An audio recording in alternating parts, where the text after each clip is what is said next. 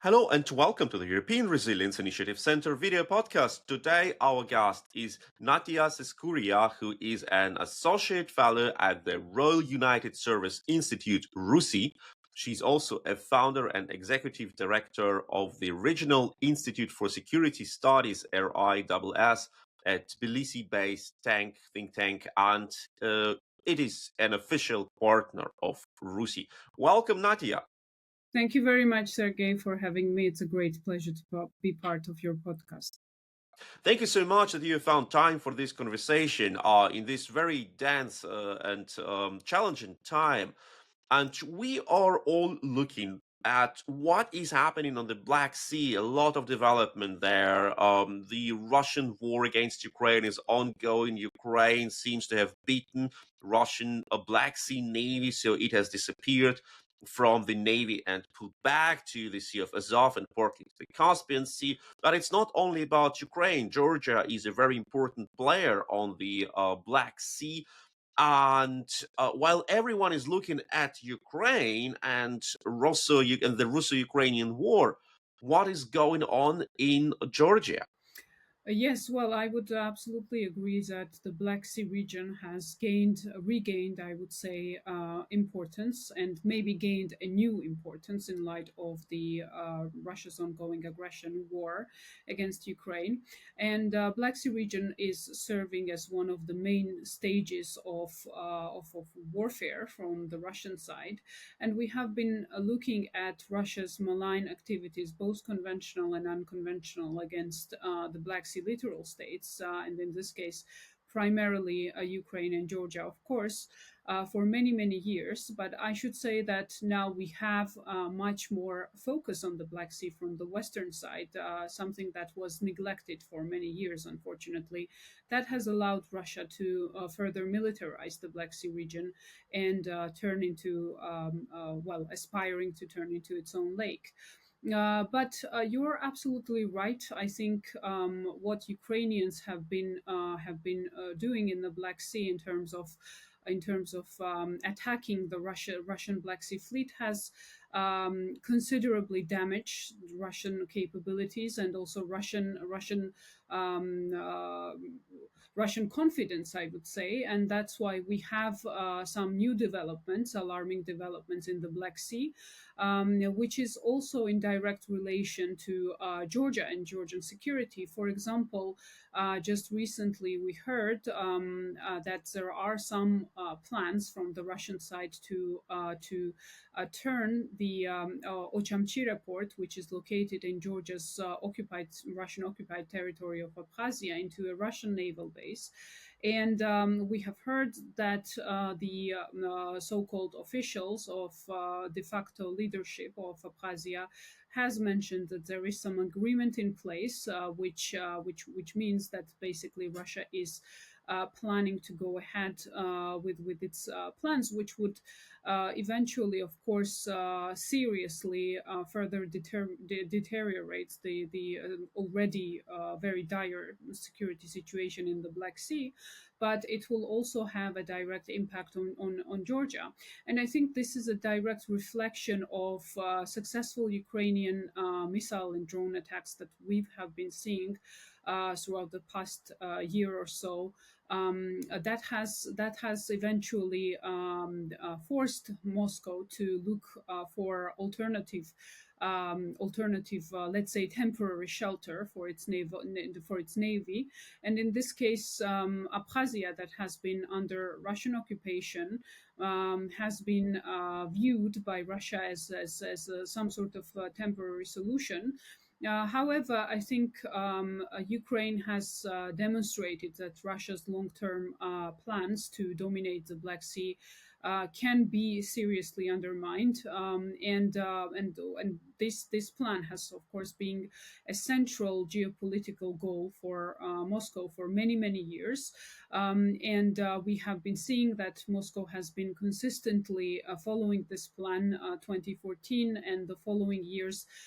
When Russia started to further militarize the Black Sea after the annexation of Crimea, has been a clear clear demonstration of the pattern.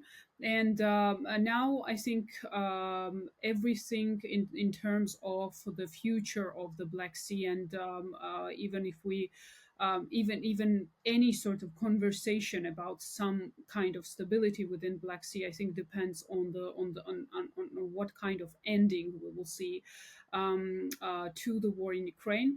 But of course, I think there needs to be focus on Georgia, because Georgia is a very important playground for Russia. And we have been looking at consistent efforts, despite the fact that Russians are, of course, heavily invested in Ukraine right now. We have been looking at consistent efforts to further undermine Georgia's security. And I think the mentioned plans to expand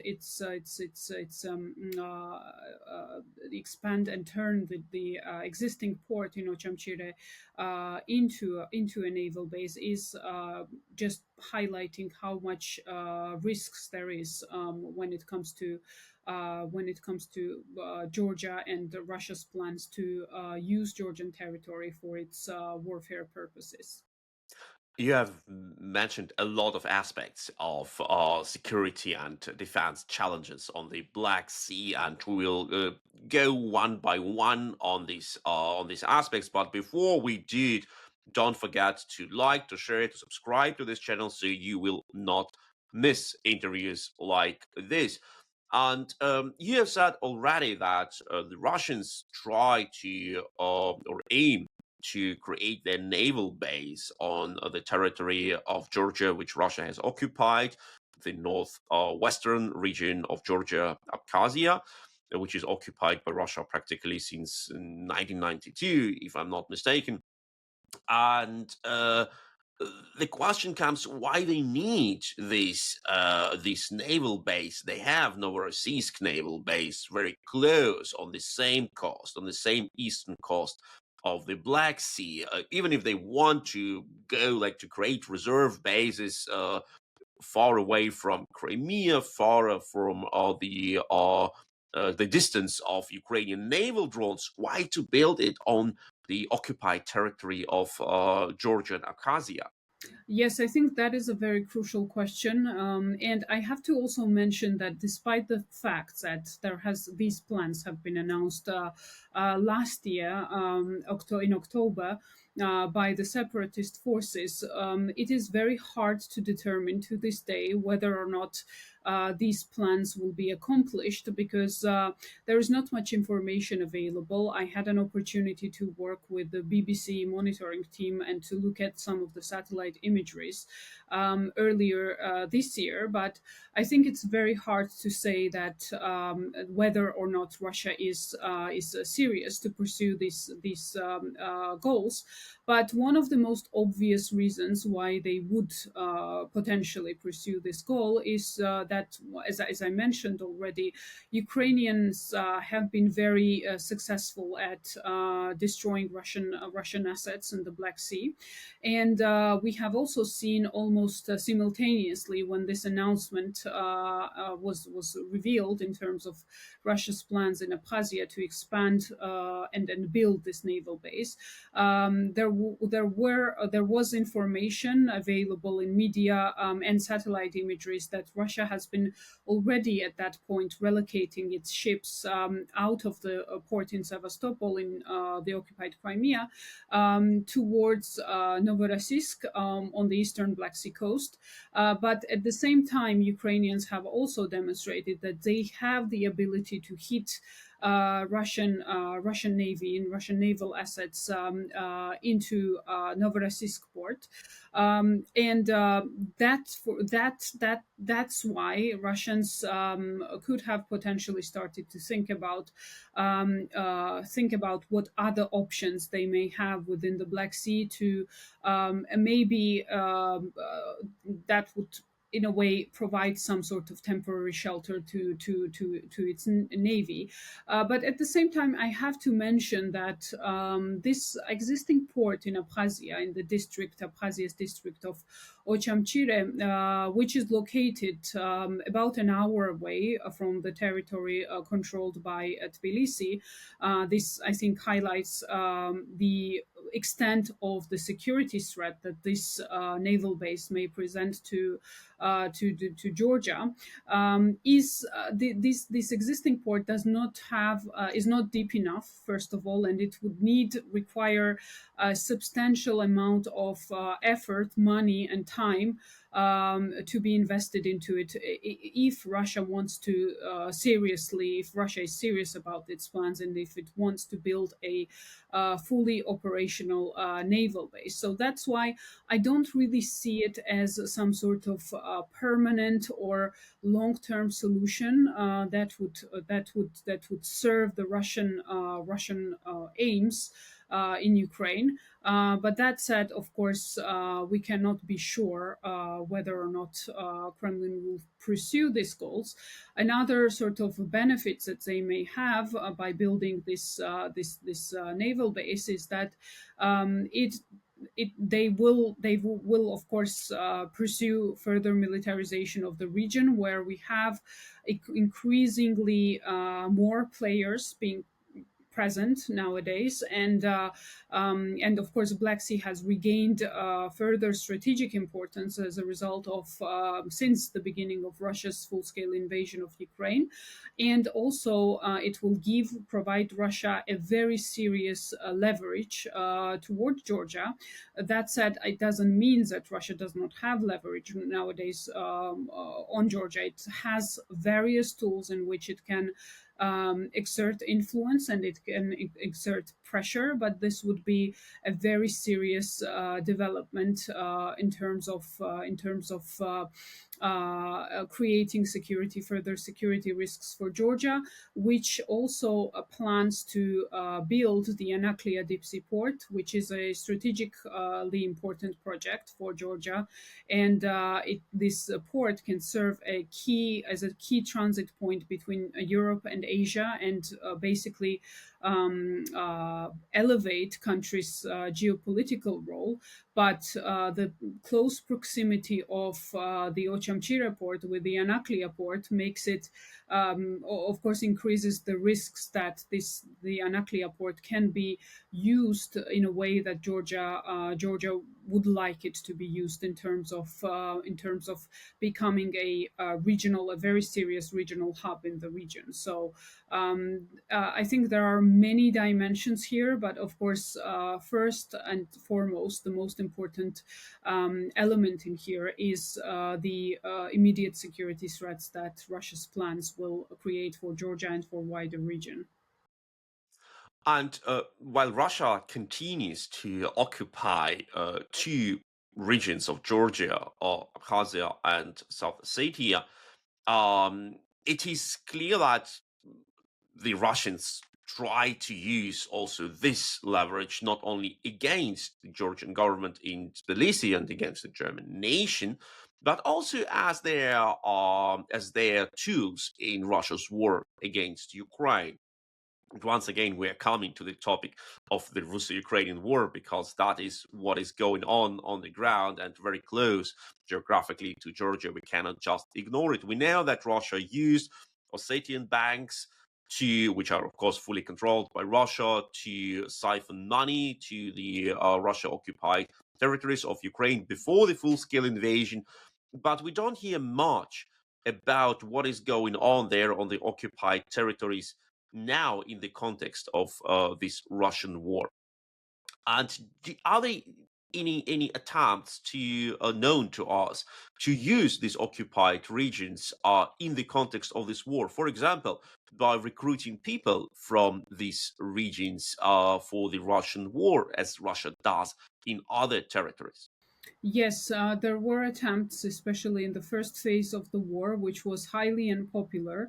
in the occupied territories of Georgia, in South Ossetia, the so-called South Ossetia, namely Tskhinvali region, and Abkhazia.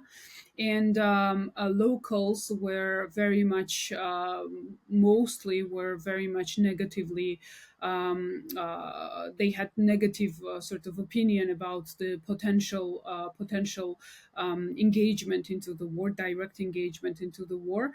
And the recruitment was very much unpopular decision. And we have also seen some reports that some of the recruits have been returning home voluntarily, because they just didn't want to fight in Ukraine.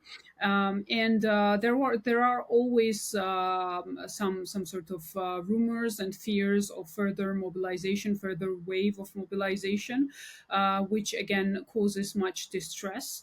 Also, another important element is, I think, economic element, which basically by that I mean that these regions are very much heavily dependent on the Kremlin in funding wise. And obviously the imposition of sanctions and the heavy costs that Russians are paying and Russians will be paying as a result of the continuing sanctions policies that the Western countries have imposed on Russia has caused much distress in terms of how sustainable Russian funding can be with regards to these regions.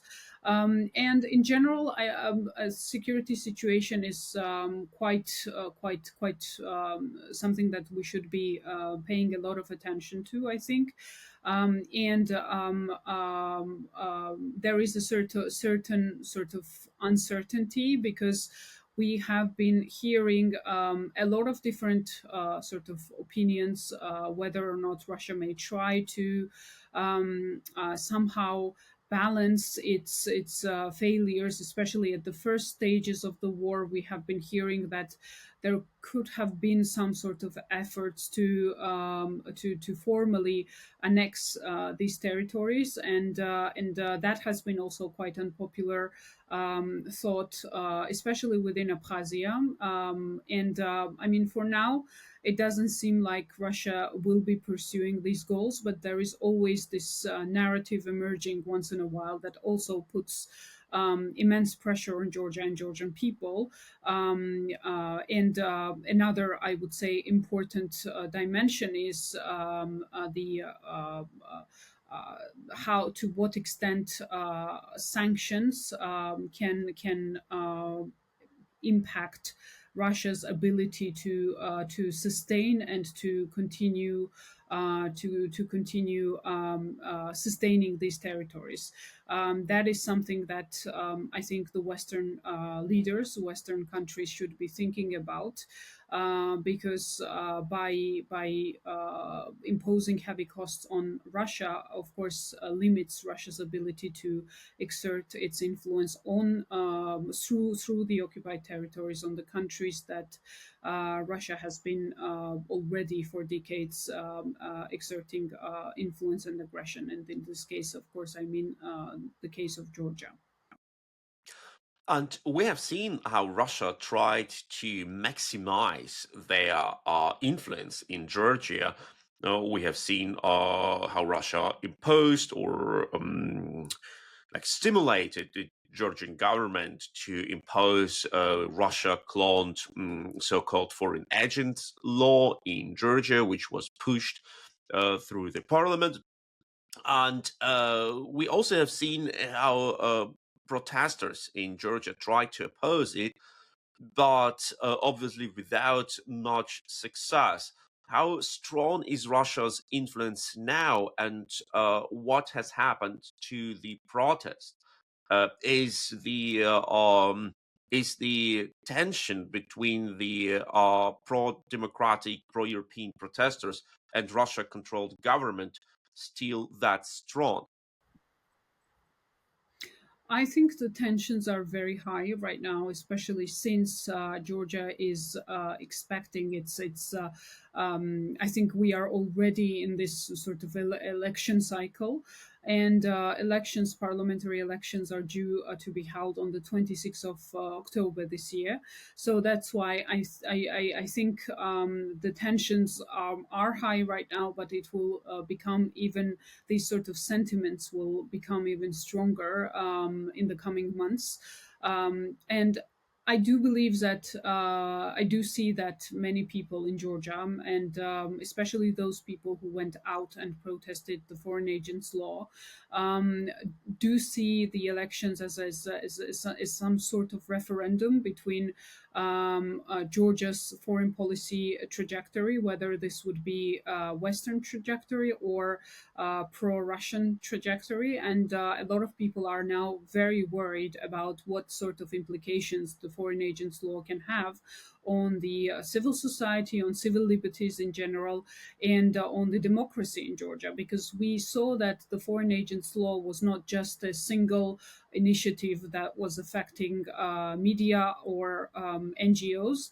It has much wider implications on Georgia's future. And unfortunately, right now, when Georgia has a historic opportunity to get closer to the European Union, and we have seen that Georgia managed to get the candidacy status, even though that path towards the candidacy status was quite a difficult one, more difficult than the one that I would say the decision was more difficult.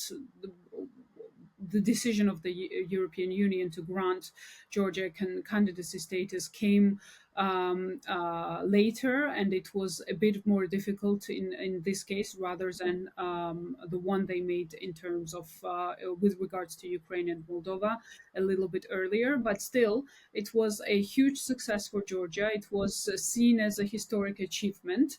And at this point, when we had an opportunity to fulfill the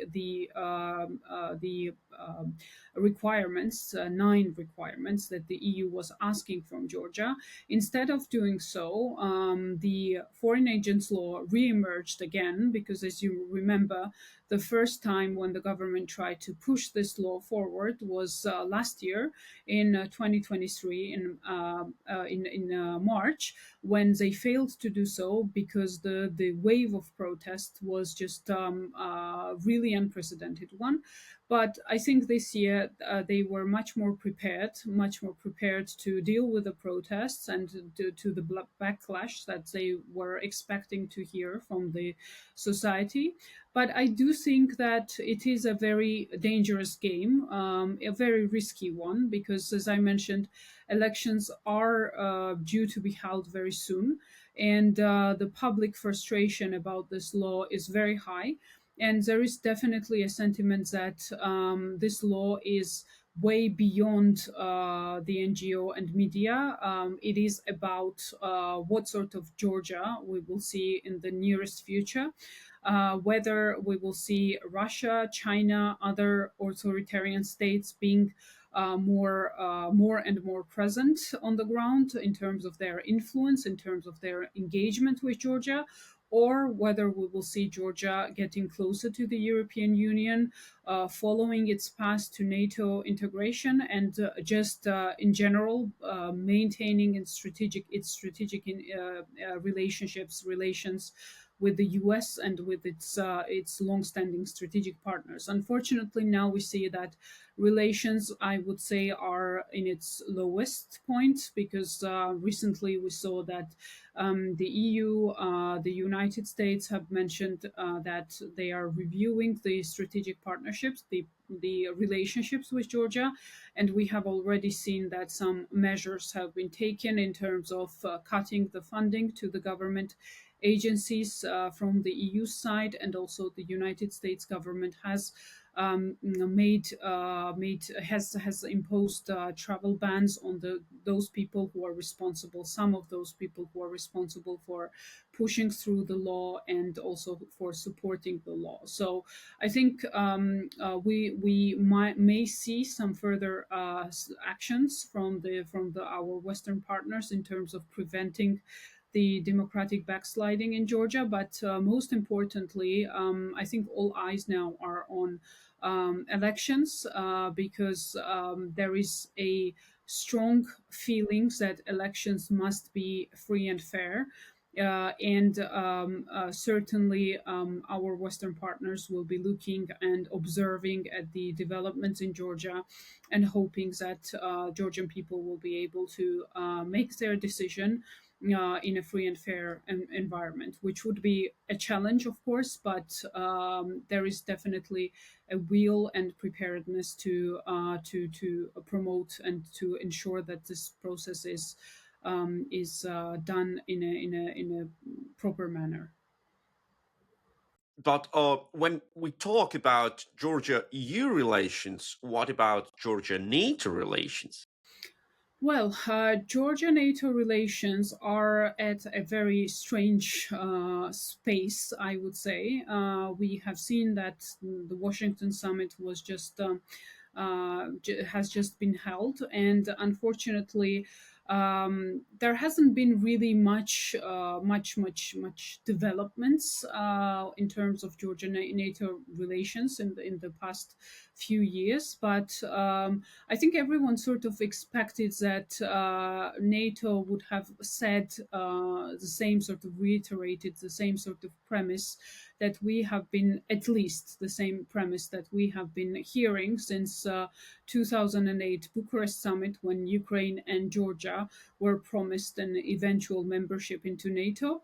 That has been the case for many years. That in every communique we would hear, we would see a statement basically reiterating that at some point in the future Georgia would become a member of NATO. Unfortunately, this year was the only exception when we didn't see this statement to be part of the final document, which itself is quite sad development, because NATO-Georgia relations have been quite strong, have been developing quite intensely throughout many years, and Georgia had very significant contributions in NATO missions.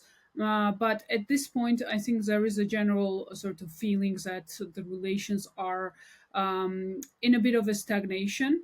Of course, NATO is a major contributor in Georgia in terms of its programs and in terms of its efforts to build resilience in Georgia and to enable Georgia to become more resilient towards the Russian threat. But at this point, I think in terms of the membership and in terms of the concrete actions, we don't really see much clarity. And at political level as well, there is a sort of tendency to stay quiet and say just whatever we've been hearing for a very long time, but dry political statements, I would say, that doesn't really say or doesn't really state much about what is the vision behind this partnership. And I feel like the this general sort of environment in which everyone is worried about about Georgia's state of democracy and what sort of future foreign policy trajectory Georgia will follow, resonates very much within the NATO leadership. And we have been seeing statements and hearing statements from Jens Stoltenberg and also high-profile NATO officials that Georgia should go back into its track. And, for example, the foreign agents law has been also quite heavily criticized by the Secretary General of NATO. So I think all of these recent developments are very much also affecting NATO-Georgia relations, just as EU-Georgia relations and Georgia's relations with its strategic partners. Indeed, and as we see, there is no security constellation in the region without involvement of Russia, mostly of a very negative character, as Russia expands its military alliance, what they call to be military alliances, as the tools of control over the nations and suppressing of their democratic movements. We have observed one of very interesting steps recently and in particular, this withdrawal, Armenia's withdrawal from the so-called CSTO, Collective Security Treaty Organization, which was the tool of Russia's dominance in the region. And that was a pretty brave step from Armenia's side, especially while Armenia has their military tensions with Azerbaijan, its neighbor, and Russia played both, more or less, but playing more pretending to be like Armenia's big ally and supporter. What happens now after Armenia's withdrawal from CSTO? And is there any power vacuum in the region? And who will, if yes, who will fill this vacuum? Well, that is a very important question and very important development, I think, because Armenia has had long-standing relationships with Russia, and I think the war in Nagorno-Karabakh has really changed the way Armenia now sees Russia.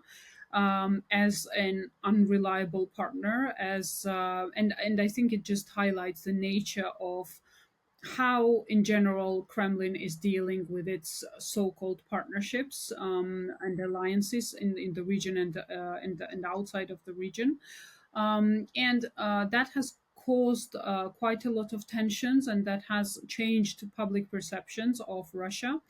And of course, Russia's invasion of Ukraine since February 2022 has also been affecting the general sort of mood and perceptions of Russian intentions in the region, in the wider region. I think now Armenia, from the Armenian perspective, it is very important that Georgia does not fall into the Russian trap again. And it's very important that this general trend in which Russian influence is diminishing in the region becomes even stronger.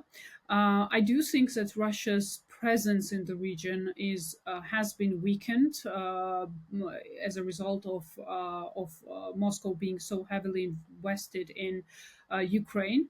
But we cannot underestimate Russian will and Russian capacity to disrupt developments and to in domestic political situation in the South Caucasus countries, and mostly, of course, I mean Armenia and Georgia, where Russia sees its footprint to be very significant, and they do believe that these two countries should not be allowed to get closer to the West. We see that Armenia is now trying to follow the maybe the I would compare it to the path that Georgia has started to follow in early 2000s, and then to get closer to the European Union, to discuss tangible steps into elevating this partnership and EU's presence in with regards to Armenia. But that has also your question about the power vacuum. Is an important one. I don't think there is a power vacuum for now, because Russia is still quite heavily present in terms of its military bases, in terms of its occupied territories, as well as if we look at the other sort of dimension of Russian warfare in terms of disinformation, economic pressure, and other tools that Russia has always been employing. In some aspects, actually, if we look at the economic engagement, economic influence, we see that the trend is unfortunately not negative, but rather positive. So, in that sense, of course, we cannot underestimate Russia as a player, as an important player in the region that has a very consistent plans to disrupt the West, to operate and then to get closer, to engage closely with Armenia and Georgia. But at the same time, we see that there are, I would say, rather than power vacuum, I think we have more sort of diversity in terms of who are the key players in the region, because I think it is a very significant development that now we see China being present in the region as well. And I mentioned at the beginning the Anaklia deep sea port the project has been awarded to the Chinese investor just recently. And I think that has caused quite a bit of disappointment in Georgians because, as much as, of course, everyone acknowledges that having strong economic relations with China can be beneficial, especially for such a small country as Georgia, and Georgia, as well as other smaller nations, has to think about diversifying its economic relations.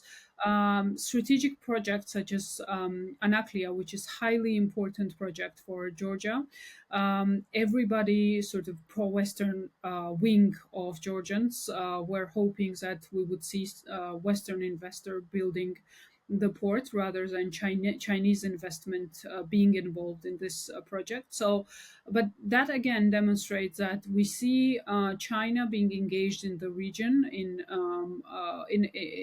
a different level, and being more engaged in strategically important projects rather than just in terms of investment construction. We have already seen China being engaged for a while now, but I think the level of engagement is increasing. Also, there is a willingness from the Georgian government to recently there has been a strategic partnership agreement signed with China, and there is a willingness to scale up this relation. So I think that is that is a novelty, and that brings a whole new player being much more heavily involved and heavily present in the region, and potentially that also creates a future security risk to a certain extent, given how the West, especially the United States, sees China. Because that also poses the question that through engaging with Georgia, and with by building the Anaklia port, China in a way is becoming a significant player in the Black Sea, not only just in Georgia. So I would say that there is a multipolarity in that sense of more players being involved rather than traditionally seeing only a competition between Russia and the West. And also from the governments as well, we have been seeing that there is a willingness and also maybe determination to make the foreign policy of their respective countries more multivectoral and inclusive of different players rather than just seeing the West as the only alternative. This is something that has been concerning from the Georgian perspective because, of course, if we look at the polls, more than 80% of Georgians are heavily pro-Western. They only see their future to be part of the Western community, Western family. And I think that many would agree that there is value, of course, in bringing diversity and more sort of economic players, especially in the region. But this should not happen at the expense of deteriorating relations with the West, with the traditional partners, with those especially who are willing to invest in Georgia's security. And China is not one of these players who would build resilience of Georgia against the Russian threat. Because we know that China and Russia have been in many ways working together, and their relationship in a way has even increased to a more sort of higher level as a result of since the beginning of the war in Ukraine in February 2022. There is one more significant player in the region which we have not mentioned yet, and it's Turkey and the role of Turkey in all sorts of all facets of the Russo-Ukrainian war, from attempts to facilitate prisoners exchange up to provision of Ukraine with Bayraktar drones in the beginning of the war, and the control over the Bosphor and Dardanelles Straits. is significant. We cannot just say there is no such player as Turkey, because it is a significant player. But what is the role of Turkey in the case of Georgia's role on the Black Sea? Well, absolutely. Turkey is one of the most significant players in the Black Sea, and I think Russia's war in Ukraine has opened new ways in which Turkey can become even more significant in the Black Sea region. And there is a determination to have this sort of leadership role within the Black Sea. That I think is, in a way, given the capabilities and also the role in general of Turkey in the region, there is a certain sort of logic from their perspective to pursue this role in a much more significant way, and also there is a certain perception as well that Russia, being so heavily invested in Ukraine, gives Turkey a more sort of regional role to engage more closely with the littoral states. I think in the future we will be seeing a much more proactive role of Turkey in the region. In terms of Georgia, the relations are very close. They have been close for many years. And in terms of whether we would look at military cooperation or economic cooperation, Turkey has always been one of the most significant countries for Georgia. And I think what is most important here is that despite we have seen ups and downs with regards to Turkish-Russian relations, there have been very critical moments within these relationships where when the two countries have not have had heavy disagreements, but we have also seen how the leaders have been able to engage quite closely. And with regards to also the war in Ukraine, we have seen that there have been some consistent efforts from Turkey to maybe not cut the bridge towards Russia and have more sort of mediating role, but also helping Ukraine with the drones and with other much necessary capabilities. With regards to Georgia, even at the point when Turkish-Russian relations were at its best, Turkey has always supported Georgia's integration into NATO, into EU, and also Turkey is very much supportive towards the non-recognition policy of Abkhazia and South Ossetia. So in that sense, I think Georgia has a reliable partner in the region. I mean, in the future, I do believe that it would be very important for Tbilisi's perspective to engage more proactively with Turkey. Of course, the economic links cannot be underestimated between these two countries. But I mean, what is very important is that Turkey is a NATO ally, and it can provide Georgia a much necessary international support with regards to its European and Euro-Atlantic integration. But I think the main question here is, and main sort of concern here is, to what extent we will see Georgia proactively pursuing these sort of diplomatic efforts with countries like Turkey and other partners. What we have been seeing maybe in the past, but we no longer see that this is the primary priority of the current government. So I see, for me, that would be the main sort of question.